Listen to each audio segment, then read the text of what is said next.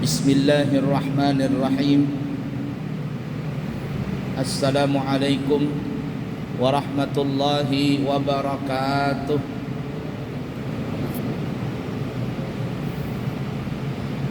Alhamdulillahi rabbil alamin.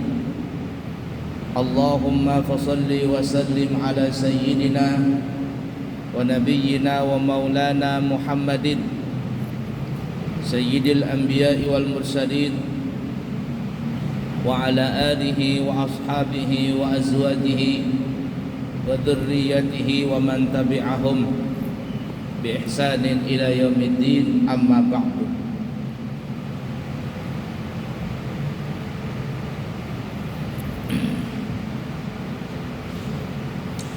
Pada pertemuan yang lalu kita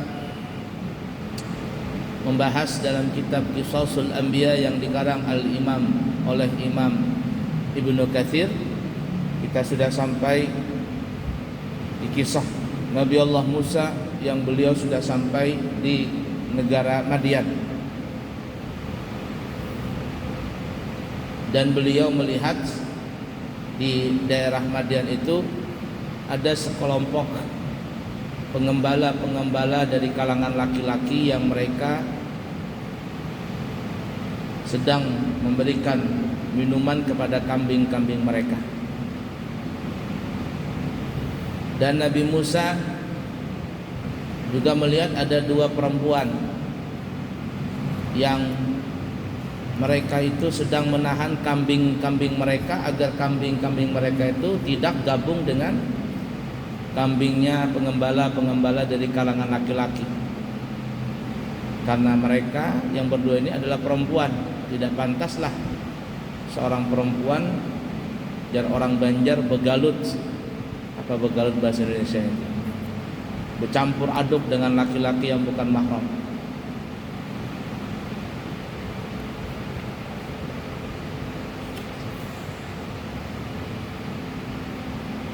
Dan disebutkan di dalam surah Al-Qasas ayat 23, Allah Subhanahu wa taala berfirman, qala ma khatabukuma qalata la nasqi hatta yusdira ar-ri'a'u wa abuna shaykhun kabir. Ketika Nabi Musa melihat dua perempuan itu, maka Nabi Musa berkata, apakah maksud kalian dengan berbuat begitu? Ini kenapa kalian tidak ikut campur dengan mereka laki-laki, pengembala laki-laki itu? Maka kedua perempuan itu pun berkata, kami tidak bisa memberikan minuman ternak-ternak kami sebelum pengembala itu memulangkan ternak-ternak mereka. Sedangkan bapak kami adalah orang yang tua, yang telah lanjut usianya. Jadi bahasa kitanya, kami perempuan salehah ini tidak bisa gabung dengan laki-laki di sana. Kami bisa memberikan kambing kami minuman di semacam sumber, kecuali para pengembala kalangan laki-laki itu sudah selesai semua, baru kami bisa masuk. Dan bapak kami sudah tua,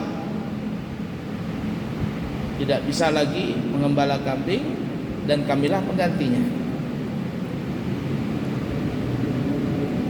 Maksudnya adalah kami tidak sanggup mencapai sumber air itu kecuali setelah para pengembala itu pergi meninggalkan sumber itu, karena kelemahan kami sebagai perempuan bila dibandingkan dengan mereka kalangan laki-laki. Sementara tidaklah kami memberi minum ternak kami karena kondisi orang tua kami itu sudah tua renta dan lemah. Maka dikatakan Nabi Musa pun memberikan minum ternak itu untuk menolong keduanya. Para ahli tafsir ada yang mengatakan bahwa yang demikian itu karena setiap selesai memberi minum ternak, para pengembala itu meletakkan batu besar pada mulut sumur tersebut. Kedua wanita itu datang menggiring kambingnya di samping kambing orang lain yang ada di sekitar sumur itu. Pada hari itu kebetulan Nabi Musa datang di sumur itu, maka ia mengangkat batu besar itu sendirian, dan selanjutnya ia memberikan minuman ternak kepada dua perempuan itu. Dan setelah itu Nabi Musa pun mengembalikan batu itu sebagaimana semula, yang kita ceritakan pada pertemuan yang lalu. Batu itu sangatlah besar. Batu itu bisa diangkat dengan 10 orang laki-laki, tapi Nabi Musa mengangkat hanya sendirian saja. Amirul Mukminin Umar bin Khattab mengatakan batu besar itu tidak akan terangkat kecuali 10 orang. Baru saya katakan tadi ya. Kata Sayyidina Umar bin Khattab, 10 orang baru bisa mengangkat batu itu, tetapi Musa mampu mengangkatnya seorang diri. Setelah mengangkat batu itu, ia kembali berteduh di bawah pohon yang sedang rindang. Nabi Musa kembali, tidak mencari kesempatan dalam kesepitan, tidak mencari tidak mencari untuk bisa kenalan dengan perempuan itu. Nah, Nabi Musa sekedar membantu, dan Nabi Musa sebelumnya tidak kenal dengan perempuan itu. Setelah mengangkat batu tadi, Nabi Musa mempersilahkan mereka untuk meminumkan ternak-ternak mereka. Nabi Musa kembali ke tempat istirahatnya di bawah pohon yang rindang. Al-Imam Ibnu Jarir mengatakan dari Ibnu Mas'ud bahwa Nabi Musa itu menyaksikan pohon-pohon itu terlihat begitu subur, hijau, lagi rindang. Lalu dia berdoa, "Ya Tuhanku, sesungguhnya aku sangat memerlukan sesuatu kebaikan yang Engkau turunkan kepadaku." Ibnu Abbas berkata, Nabi Musa bertolak atau berangkat dari negara Mesir menuju ke Madian. Ia tidak makan apapun kecuali hanya sayur-sayuran dan buah-buahan. Pada saat itu ia berjalan kaki hingga kedua sendalnya terlepas. Lalu ia duduk di bawah tempat yang teduh, sementara ia benar-benar merasa kelaparan. Padahal ia adalah manusia pilihan Allah Ta'ala di antara makhluknya pada saat itu. Begitu laparnya sampai perutnya seakan-akan menempel pada punggungnya. Ini kempes perut itu. Sampai-sampai sayur-mayur dan daun-daun itu tampak dalam perutnya. Dan sesungguhnya ia sangat memerlukan makanan dan juga memerlukan buah kurma. Atha bin Sa'id berkata bahwa ketika Nabi Musa mengatakan sebagaimana ayat berikut, qala rabbi anzilni lima anzalta ilayya min khairin faqir. Wahai Tuhanku, sesungguhnya aku sangat memerlukan sesuatu kebaikan yang Engkau turunkan kepadaku. Maka doa itu terdengar oleh dua perempuan itu, yang notabene-nya nanti adalah anak Nabi Syuaib ini. Dan nanti keduanya dinikahkan kepada Nabi Musa. Kedua perempuan itu mendengar, lalu salah satu dari kedua wanita itu datang mendekati Nabi Musa sambil tersipu-sipu malu. Karena perempuan baik, mendengar doa itu, ini kayaknya orang lapar ini, kata perempuan ini. Salah satu mereka datang menemui Nabi Musa dengan tersipu-sipu malu. Nah, sebagaimana nanti disebutkan dalam Al-Quran Al-Qasas 25-28. Kita bacakan aja ayatnya. A'udzu billahi minasy syaithanir rajim. Faja'athu ihdahuma tamshi 'ala istihya'.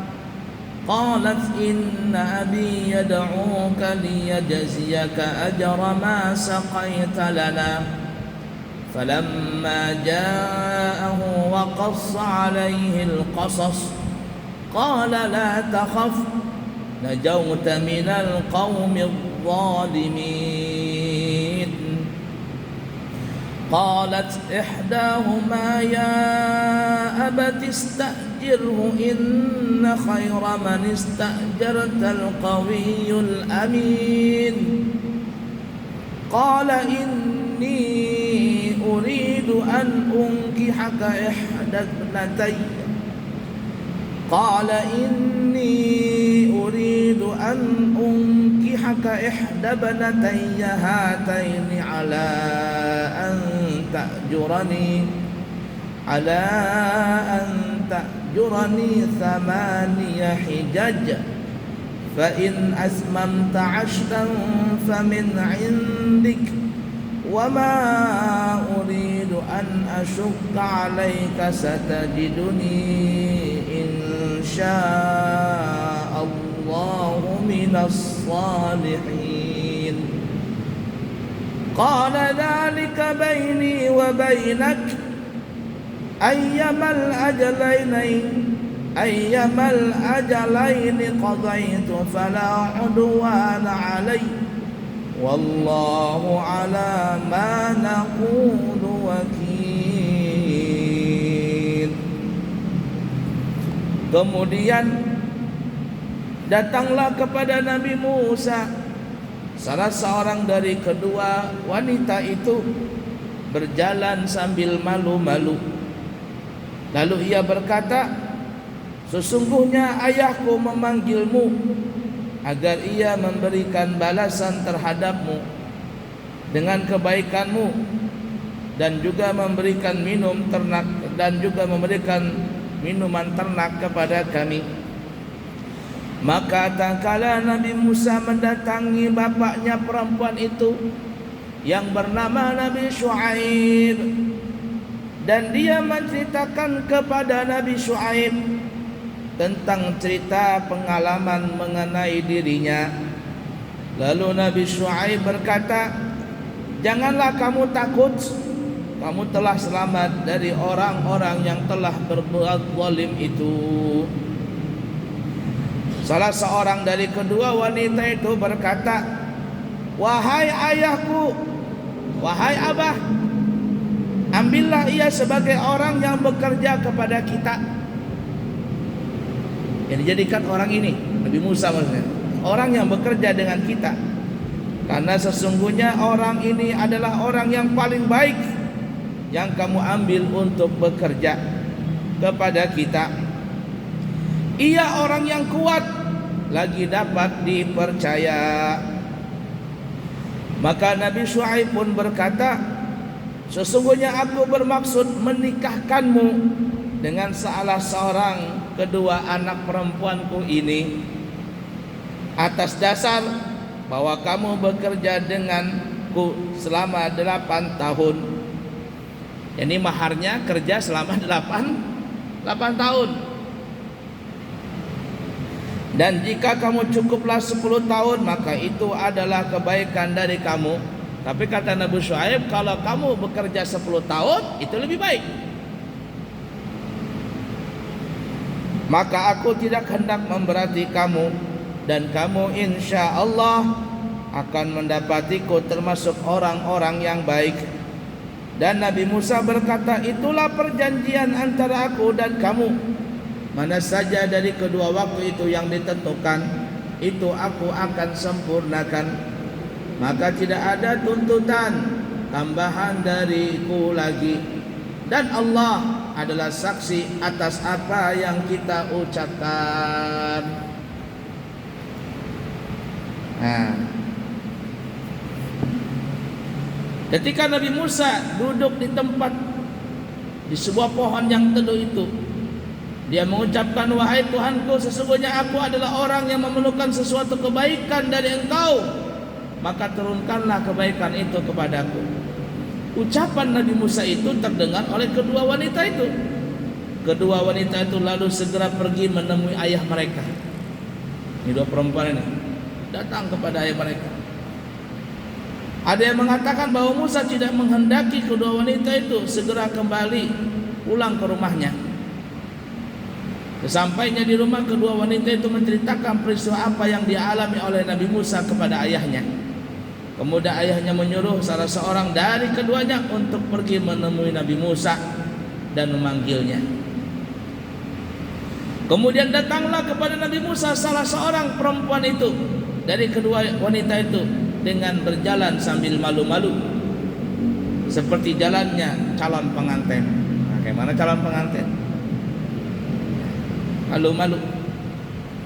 Lalu wanita itu berkata, sesungguhnya ayahku memanggil engkau agar ia memberi balasan terhadap kebaikanmu dengan memberi minuman ternak kami.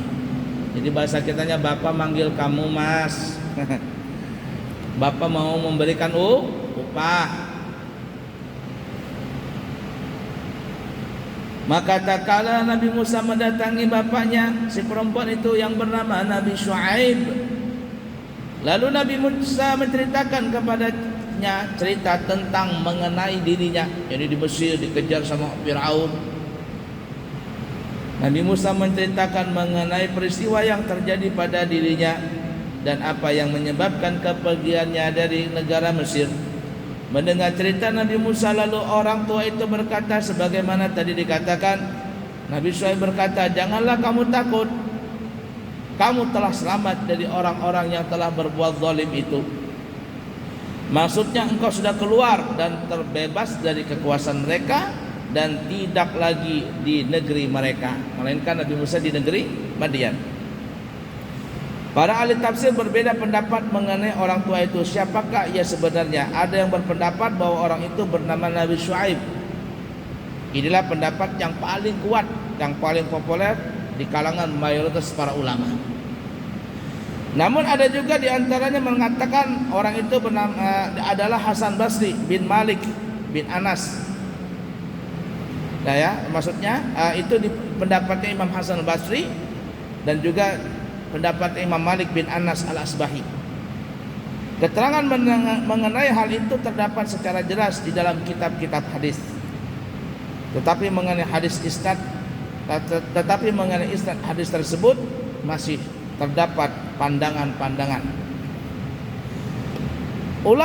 Sekelompok ulama mengatakan secara tegas bahwa Nabi Syuaib masih hidup dalam jangka waktu yang cukup lama setelah kebinasaan kaumnya, sehingga Nabi Musa alaihissalam masih sempat mengetahuinya, dan bahkan Nabi Syuaib menikahkan Nabi Musa dengan putrinya. Al-Imam Ibnu Hatim dan ulama lainnya meriwayatkan dari Hasan al-Basri bahwa sahabat Musa itu bernama Syuaib. Ia seorang juragan air, salah seorang penduduk Madian, bukan seorang nabi. Nah, jadi ada yang pendapat itu Nabi Syuaib yang ditolong Nabi Musa, yang dia menolong Nabi Musa itu bukan Nabi Syuaib, tapi namanya saja dengan Syuaib, sama dengan Syuaib.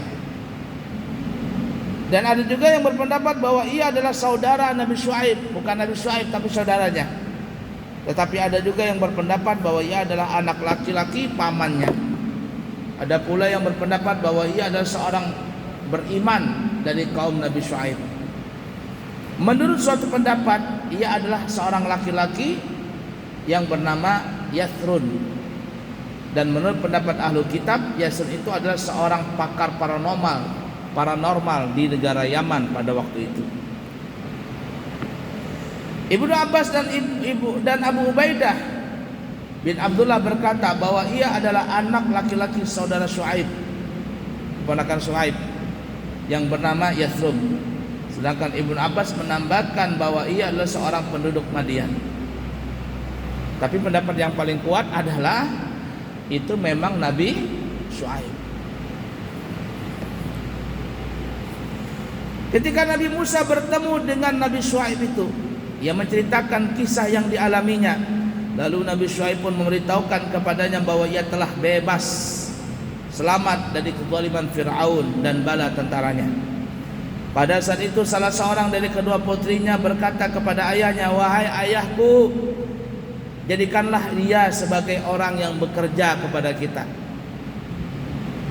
Jadi anak buah kita, supaya bisa bekerja mengurusi kambing-kambing kita." Umar, kemudian Ibn Abbas, Suraih Al-Qadhi, Abu Mali, Qatadah dan Muhammad bin Ishaq dan ulama lainnya mengatakan bahwa ketika putri Nabi Syuaib itu mengatakan hal tersebut, lalu bapaknya berkata kepadanya, "Apakah yang kau ketahui tentang orang ini?" Lalu putrinya menjawab, "Wahai Abah, ini orang adalah orang yang mampu mengangkat batu besar yang tidak akan diangkat oleh 10 orang. Ini orang kuat. Batu yang besar yang tidak mungkin diangkat oleh 10 orang, tapi orang ini cuma bisa, dan orang ini hanya bisa, dan orang ini mengangkat batu itu hanya seorang saja. Artinya kuat nih.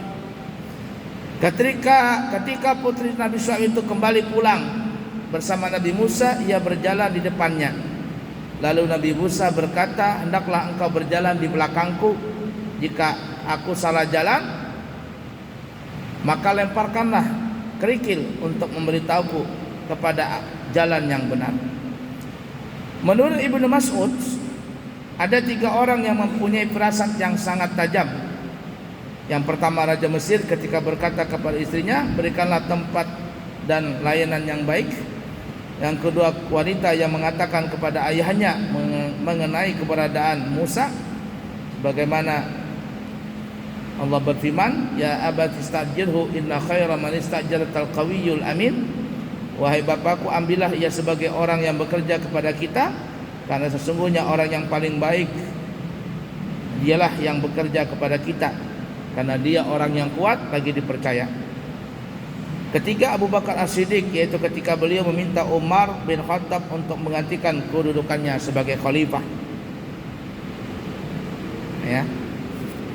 Jadi sebelum kita lanjutkan, kita ceritakan dulu. Jadi ketika Nabi Syuaib mendengar cerita dari anaknya yang perempuan bahwa mereka ditolong oleh pemuda, maka bapaknya pun menyuruh salah satu mereka, coba datangi itu orang, panggil itu orang ke sini.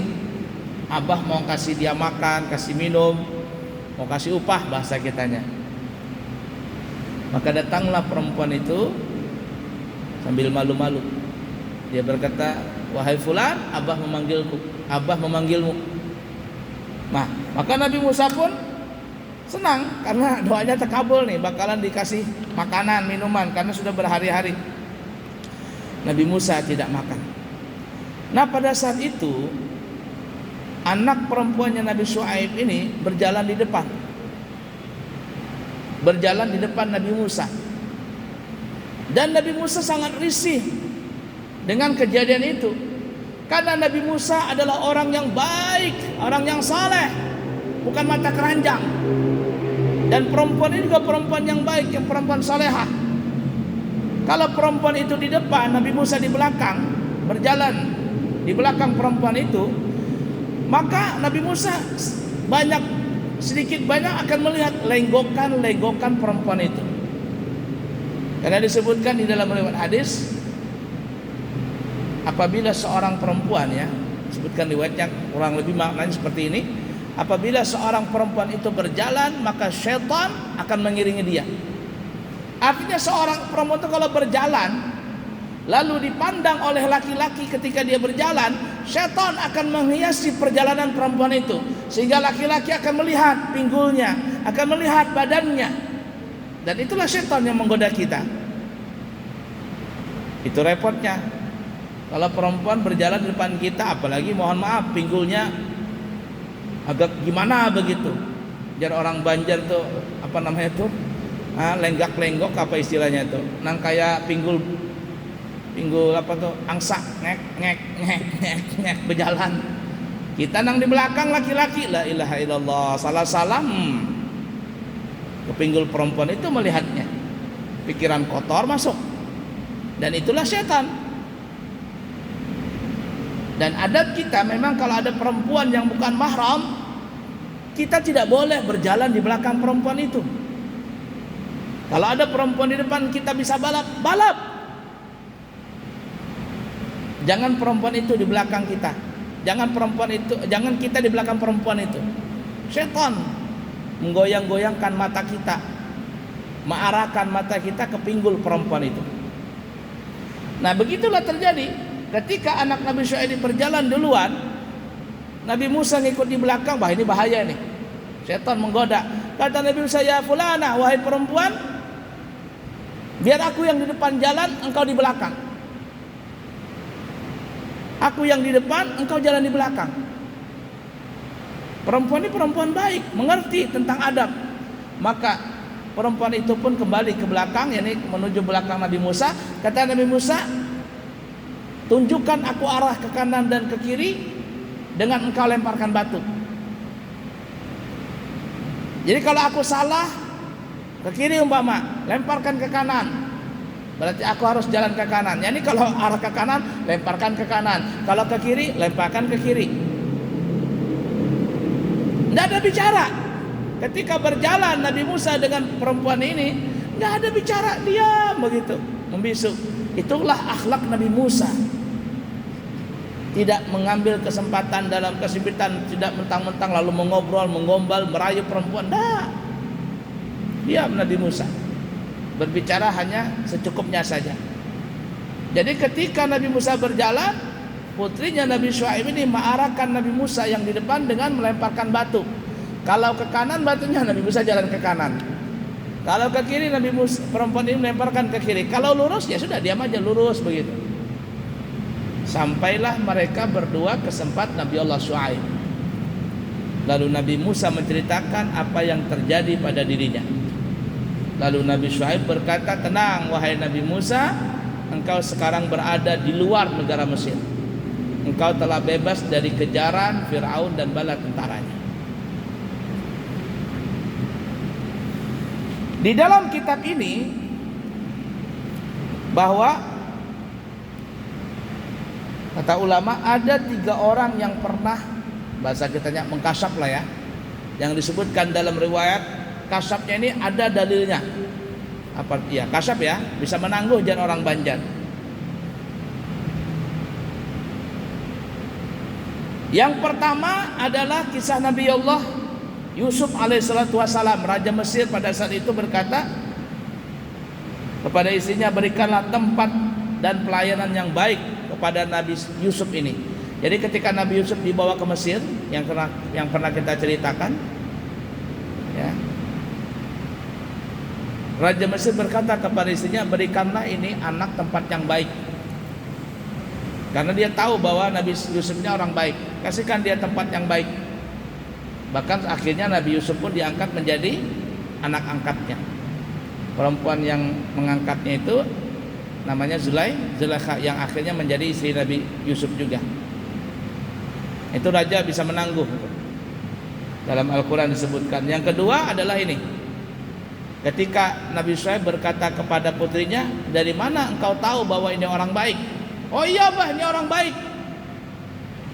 Ya, istrinya, anaknya Nabi Syuaib bercerita, ini orang baik, orangnya kuat, orangnya sopan santun. Ketika aku berjalan di belakang, berjalan di depan, aku disuruh balik ke belakang, dia yang di depan untuk menjaga kesopanan, tidak berbicara yang aneh-aneh. Pokoknya ini laki-laki baik lah. Jadikan aja dia orang yang bekerja dengan kita. Si perempuan ini hanya ingin membantu Nabi Musa, tetapi ternyata Nabi Syuaib memberikan yang lebih besar daripada itu. Bukan hanya Nabi Musa mendapatkan hadiah makanan minuman, tetapi juga mendapatkan putri dari Nabi Syuaib yang begitu saleh akhlaknya.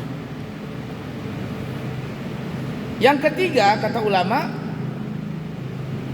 yang bisa menangguh dan disebutkan dalam riwayat sahih hadisnya adalah Sayyidina Abu Bakar As-Siddiq.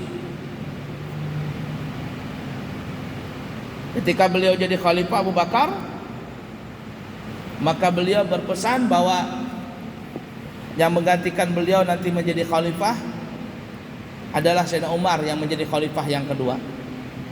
Padahal pada saat itu belum ada. Tapi salah satu kasyaf dari para aulia seperti itu. Nah, di dalam kitab Ibnu Katsir, 3 inilah yang masyhur, yang terkenal dengan kasyafnya. Tapi kalau yang lain, ya mungkin saja ada para wali yang bisa mengkasyaf, mengetahui sesuatu ini, sesuatu itu. Tapi itu bisa saja karena kelihayan dia di dalam membaca pikiran. Tapi yang dalam Al-Quran itu disebutkan 2 orang, dan di dalam hadis 1 orang. 2 orang yang dari Raja Mesir, suaminya Zulaikha. Yang kedua dari anaknya Nabi Syuaib. Yang ketiga dalam hadis tentang Sayyidina Abu Bakar yang berkata bahwa sepeninggalku nanti menjadi khalifah adalah Umar bin Khattab. La ilaha illallah Muhammad Rasulullah sallallahu alaihi wasallam. Bagaimana kisah selanjutnya? Nabi Musa belajar di situ dengan Nabi Syuaib selama 7 atau 10 tahun. Nanti akhirnya dinikahkan lagi dengan kedua putrinya. Jadi kakak adik dinikahinya. Syariat Nabi Musa boleh ya, zaman Nabi Musa boleh orang bermadu dengan 2 orang istri, yang 2 istri itu adalah kakak adik. Syariat Nabi kita nggak boleh. Jadi kalau ada seorang laki-laki berpoligami dengan 2 orang perempuan, yang perempuan itu keduanya adalah kakak adik, maka pernikahan yang pertama sah dan pernikahan yang kedua tidak sah. Apabila dia melakukan hubungan kepada perempuan yang kedua, hukumnya adalah zina. Dia boleh menikahi saudara istrinya itu apabila satu, istrinya yang pertama meninggal dunia, lalu digantikan dengan saudari istrinya boleh. Kalau istilah orang Banjar apa namanya? Naik panggung atau naik apa namanya? Naik ranjang apa istilahnya itu ya. Jadi kalau istrinya meninggal, kata mertuanya, daripada kamu nikah nak sama yang lain, lebih baik kamu nikahi istri ademu. Ya, biasanya seperti itu. Itu boleh. Atau yang pertama bercerai dulu. Istri yang pertama bercerai, kemudian ternyata laki-laki ini naksir lagi sama adik istrinya, dinikahi lagi. Ya boleh saja. Karena yang satu sudah berlepas. Tapi kalau masih yang pertama masih dijadikan istri, lalu dia menikahi adiknya, hukum pernikahan yang kedua itu adalah haram dan tidak sah. Baik, cukup sekian dulu. Nanti insya Allah kita sambung lagi di kesempatan yang akan datang. Semoga ada manfaatnya. Insya Allah nanti saya berangkat tanggal 12 Maret umrah ya, hari Minggu insya Allah. Kemudian membawa jamaah selama 9 hari. Dan juga kita tawarkan kepada para jamaah, siapa tahu ada yang ingin berumrah di bulan Sya'ban dan di bulan Ramadan atau setelah Ramadan, kami ada membuka layanan umrah. Bahkan nanti di bulan April itu ada umrah plus Turki dan juga ada umrah plus Dubai atau Abu Dhabi. Siapa saja yang berminat, maka insya Allah kami bisa membantu niat para jamaah sekalian. Cukup sekian, yang baik dari Allah, yang buruk dari pribadi. Subhanakallahumma wa bihamdika asyhadu an la ilaha illa anta astaghfiruka wa atubu ilaik. Wa akhiru kalam, wassalamualaikum warahmatullahi wabarakatuh. Allahumma inna nas'aluka hadhihi al-ma'lumat ma ta'allamna min ulumiddin farji'ha ilayna kullama nahtaj ilayha waj'alna minal 'amilin bima 'allamtana. Sallallahu alaihi wasallam Muhammadin wa ala alihi washabihi wasallam. Alhamdulillahi rabbil alamin. Taqabbalallahu minkum.